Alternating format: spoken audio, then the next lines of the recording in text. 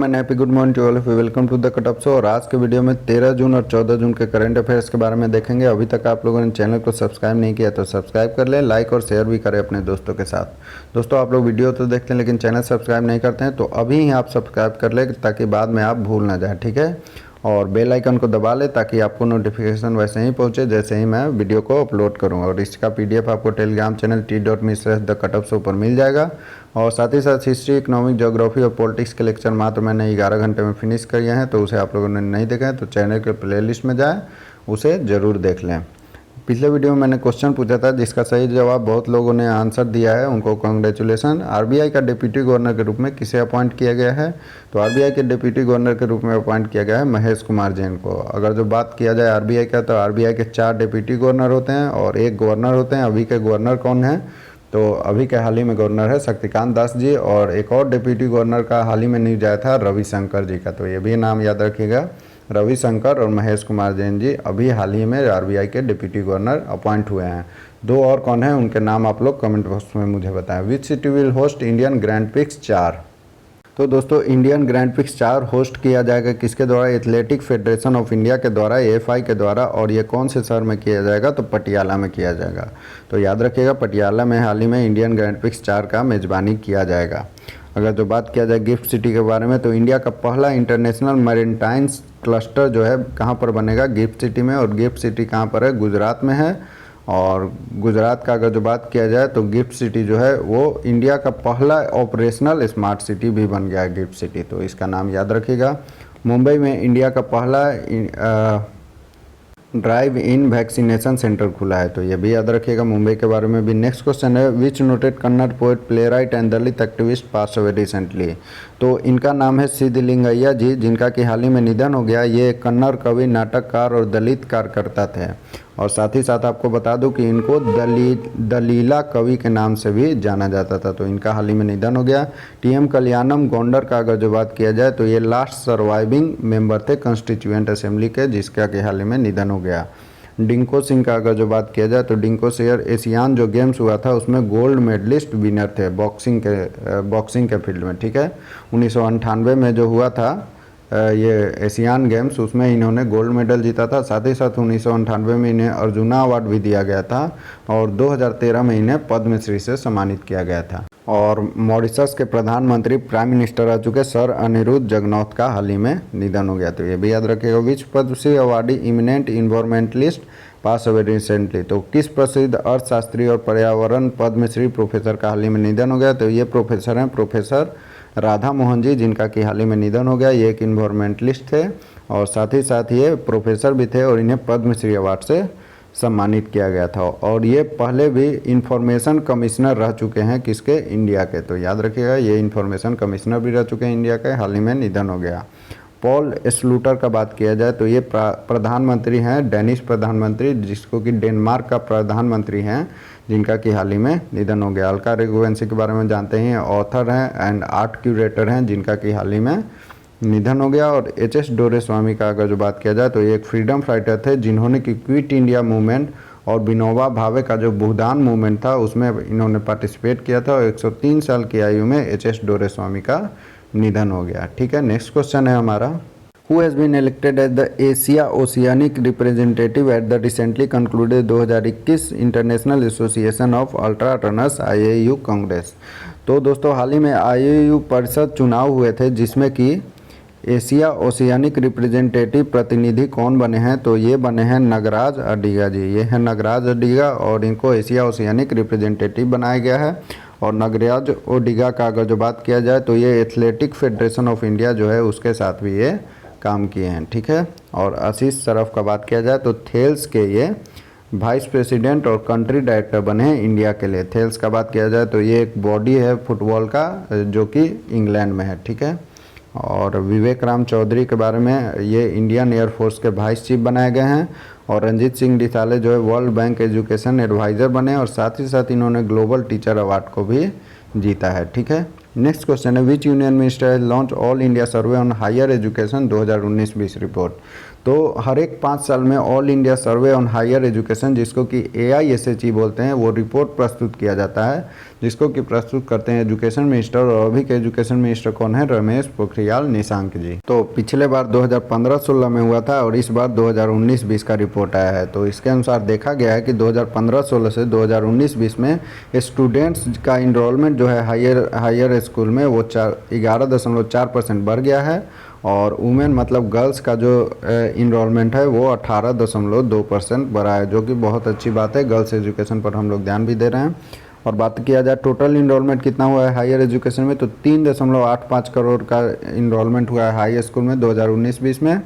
और कितने student PhD कर रहे हैं, तो 2.03 लाख 2019-20 में PhD कर रहे हैं। और पुपिल टीचर रेशियो जो है हायर एजुकेशन में वो 26 रहा है, जो कि अच्छी बात है। नेक्स्ट है हर्षवर्धन सिंह के बारे में बात करें तो आहार क्रांति योजना इन्होंने ही लॉन्च किया था। WHO के द्वारा WHO director general special recognition award इन्हीं को मिला है। और बात किया जाए नरेंद्र सिंह तोमर के बारे में, तो नरेंद्र सिंह तोमर ने इनॉग्रेट किया है Indus best mega food park. कहाँ पर? छत्तीसगढ़ में, छत्तीसगढ़ के मुख्यमंत्री भूपेश बघेल के साथ मिलकर। और एस जयशंकर ने हाल ही में जो ब्रिक्स सम्मेलन हुआ है फॉरेन मिनिस्टर का, उसका अध्यक्षता मतलब चेयरमैनशिप किसने किया है? एस जयशंकर, जो कि हमारे इंडिया के फॉरेन मिनिस्टर हैं।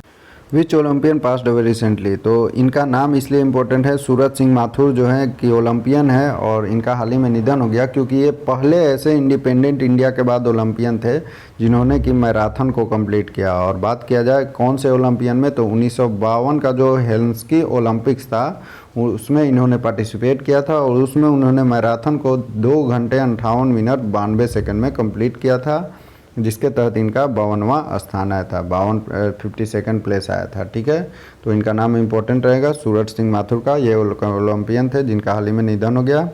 पॉल स्लूटर का अगर जो बात किया जाए, डेनिश प्राइम मिनिस्टर है जिनका हाल ही में निधन हो गया। नेक्स्ट क्वेश्चन है विच बैंक लॉन्चेज कवच personal loan for covid patient, तो एक कवच पर्सनल लोन लॉन्च किया गया है SBI बैंक के द्वारा, जिसके तहत कोविड-19 के जो भी पेशेंट है या उनके फैमिली मेम्बर्स है, अगर जो आप कोविड-19 से ग्रसित हैं, ठीक है, वो बीमारी आपको फैमिली और आपके लिए है, तो वो लोन देगी SBI बैंक कवच पर्सनल लोन के तहत, जिसमें आप मैक्सिमम 5 लाख का लोन ले सकते हैं, जिसके की ब्याज दर रहेगा 8.5% पर एनम का। और आपको ये ब्याज जो है 5 साल में चुकता करना है दोस्तों, आपको पूरा अमाउंट 5 साल में चुकता करना है। साथ ही साथ SBI ने हाइपरवर्ज के साथ मर्ज किया था, ठीक है, हाइपरवर्ज के साथ पार्टनरशिपिंग की थी, जिसके तहत अगर जो दिन में एक अकाउंट खुलता है तो हाइपरवर्ज के आर्टिफिशियल इंटेलिजेंस के तहत 10 अकाउंट का ओपनिंग दिन में निर्धारित करने का लक्ष्य था SBI बैंक का। ICICI बैंक का बात किया जाए, मर्चेंट स्टैक नाम के डिजिटल प्लेटफॉर्म को इसने लॉन्च किया था। साथ ही साथ स्विफ्ट GPI इंस्टेंट फैसिलिटी करने वाला ये ग्लोबली सेकेंड बैंक बन गया है। और इंडियन पोस्ट पेमेंट बैंक ने महिंद्रा रूरल हाउसिंग फाइनेंस के साथ कैश मैनेजमेंट सॉल्यूशन के लिए समझौता किया है, जिसके तहत महिंद्रा रूरल हाउसिंग बैंक के जो भी एम्प्लॉय हैं, हाउसिंग फाइनेंस के जो भी लोन करता है, ठीक है, उनको 3 महीने वाला लोन इंस्टॉलमेंट हो या 1 महीने वाला लोन इंस्टॉलमेंट, वो इंडिया के किसी भी पोस्ट ऑफिस में 1.36 लाख पोस्ट ऑफिस में जाकर अपना लोन चुकता कर सकते हैं। ठीक है, इक्विटा स्मॉल फाइनेंस बैंक का बात किया जाए तो NRI अकाउंट ओपनिंग के लिए इन्होंने ऑनलाइन प्रोसेस की मंजूरी दे दी है। नेक्स्ट क्वेश्चन है world day against child labour कब ऑब्जर्व किया जाता है, तो वो ऑब्जर्व किया जाता है 12 जून को। 12 जून को हम लोग बाल श्रम के खिलाफ विश्व दिवस मनाते हैं। 7 जून का, और इसका थीम रहा act now end child labour, तो याद रखिएगा इसका थीम क्या है, act now end child labour. और 7 जून का बात किया जाए तो वर्ल्ड फूड सेफ्टी डे हम लोग मनाते हैं 7 जून को। और विश्व महासागर दिवस 8 जून को मनाते हैं, जिसको कि वर्ल्ड ओशियन डे बोलते हैं। और 9 जून को हम लोग कौन सा डे मनाते हैं, तो 9 जून को हम लोगों ने मनाया था वर्ल्ड एक्रीडेशन डे 2021। ठीक है, तो ये भी याद रखिएगा। Who has been appointed as president of Mongolia, तो ये हैं उखना खुरेल सुख, जिनको कि हाल ही में मंगोलिया का प्रेसिडेंट अपॉइंट किया गया। और इनके बारे में बता दूं कि ये जो है 6ठे प्रेसिडेंट बने हैं मंगोलिया के, उखना खुरेल सुख, और ये पहले प्रधानमंत्री भी रह चुके हैं मंगोलिया के। ठीक है, और बात किया जाए इसाक हर्जोग के बारे में, तो ये इजराइल के प्रेसिडेंट नियुक्त किए गए हैं। और साथ ही साथ अब्दुल्ला शाहिद का बात किया जाए तो ये 76वें प्रेसिडेंट बनाए गए हैं, अध्यक्ष बनाए गए हैं किसके, यूनाइटेड नेशन जनरल असेंबली के, तो ये भी याद रखिएगा। और साथ ही साथ कोलनेट मकासो को बात किया जाए तो रिपब्लिक ऑफ कांगो जो देश है उसके नए प्रधानमंत्री कौन बनाए गए हैं, कोलिनेट मकासो जी। ठीक है, नेक्स्ट क्वेश्चन है which bank tops 4 world best bank list in India, तो फोर्ब्स ने हाल ही में स्टैटिस्टा नाम के कंपनी के साथ मिलकर world best bank rank list जारी किया इंडिया में, जिसमें कि टॉप किया दूसरी बार लगातार डीबीएस बैंक ने।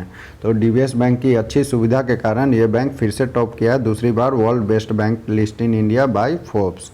ठीक है, तो याद रखिएगा इसका नाम। नेक्स्ट क्वेश्चन है, विच स्टेट सीएम मतलब चीफ मिनिस्टर लॉन्चेस शिशु सेवा अचोनी फॉर कोविड-19 ओपन। तो किस राज्य सरकार ने कोविड-19 के अनाथों के लिए शिशु सेवा योजना की शुरुआत की है? तो वो राज्य सरकार है असम। और असम के मुख्यमंत्री कौन है? हेमंत बिस्व शर्मा जी।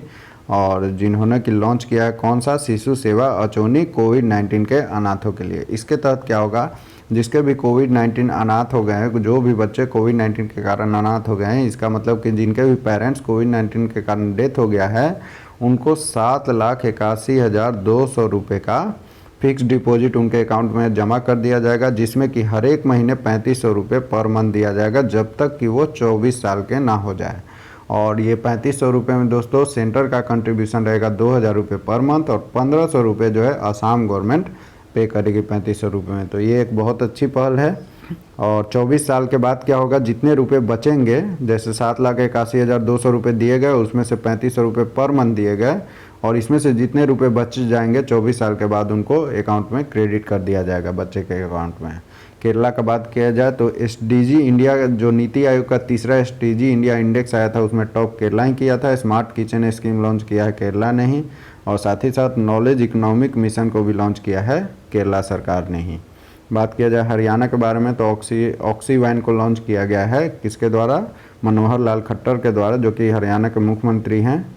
और वेस्ट बंगाल में लेजिस्लेटिव काउंसिल का गठन होना है, जो कि आर्टिकल 169 के तहत आता है। नेक्स्ट क्वेश्चन है, which company acquires loyalty platform payback India. तो एक लॉयल्टी प्लेटफॉर्म है पेबैक इंडिया, उसको कौन अधिग्रहण करेगा? ठीक है, तो वो उसको अधिग्रहण करेगा भारत पे। तो याद रखिएगा, भारत पे एक फ़ोनपे की तरह ही कंपनी है, जिससे कि आप यूपीआई ट्रांसफ़र ये सब कर सकते हैं। ठीक है, इस पर क्यूआर कोड के जरिए भी ट्रांसफ़र कर सकते हैं। और ये लॉयल्टी प्लेटफॉर्म जो कि पेबैक इंडिया है, बहुत फेमस लॉयल्टी प्लेटफॉर्म है दोस्तों, जिसमें चार अगर जो पॉइंट है तो 1 रुपया मिलता है, या फिर बेसिस वो डिपेंड करता है कितने पॉइंट पे कितने रुपए आपको मिलेगा। ठीक है, वो पर ट्रांजैक्शन डिपेंड करता है। तो पेबैक इंडिया को किसने खरीद लिया है दोस्तों? एक्वायर कर लिया है भारत पे ने। पहले आपको बता दूं कि 90% इसका स्टेक पहले अमेरिकन एक्सप्रेस के साथ था, और 10% जो है आईसीआईसीआई के पास था। तो वो जो है एग्जिट कर देगा, मतलब 90% स्टेक भी भारत पे के पास आएगा और 10% भी आएगा। तो ये एक अच्छी न्यूज़ है कि भारत की कंपनी ने पेबैक इंडिया को खरीद लिया है। और बात किया जाए GPL finance and investment limited के, तो यस बैंक का जो है yes asset management India limited को इसने खरीदा, और साथ ही साथ यस ट्रस्टी लिमिटेड को भी इसने खरीद लिया। इसकी मंजूरी किसने दे दी है? सीसीआई ने दे दिया है। फ्लिपकार्ट ने क्लियर ट्रिप नाम की कंपनी को खरीदा है, और टाटा ने 64% स्टेक बिग बास्केट का खरीद लिया है। और भारत पे के बारे में एक और बात आपको बता दूं कि भारत पे 2023 तक आईसीसी का ऑफिशियल पार्टनर रहेगा, इसका अनाउंसमेंट हो गया है, तो ये भी याद रखिएगा।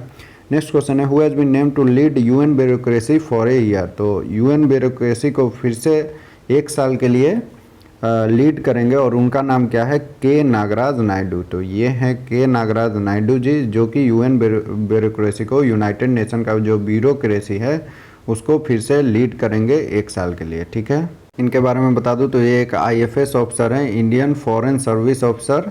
ठीक है, तो और इनका नेम दिया गया है लीड करने के लिए यूनाइटेड नेशन ब्यूरोक्रेसी का। बेनेडिटो विग्ना का बात किया जाए तो फेरारी कंपनी, जो कि इटालियन कार मैन्युफैक्चरर कंपनी है, उसके सीईओ कौन बनाए गए हैं? बेनेडिटो विग्ना। और MR Kumar LIC life insurance corporation के चेयरमैन बना दिए गए हैं। 13 मार्च 2022 तक रहेंगे ये चेयरमैन।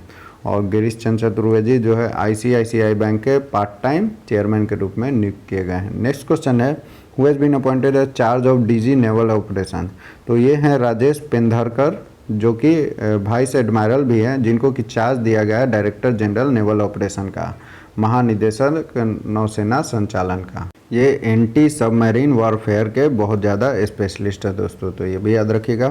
बात किया जाए संजीव नंदन सहाय का, तो पीएनजीआरबी जो कि ऑयल रेगुलेटर कंपनी है, ठीक है, उसके चेयरपर्सन कौन बनाए गए हैं? संजीव नंदन सहाय। पीएनजीआरबी का फुल फॉर्म क्या होता है?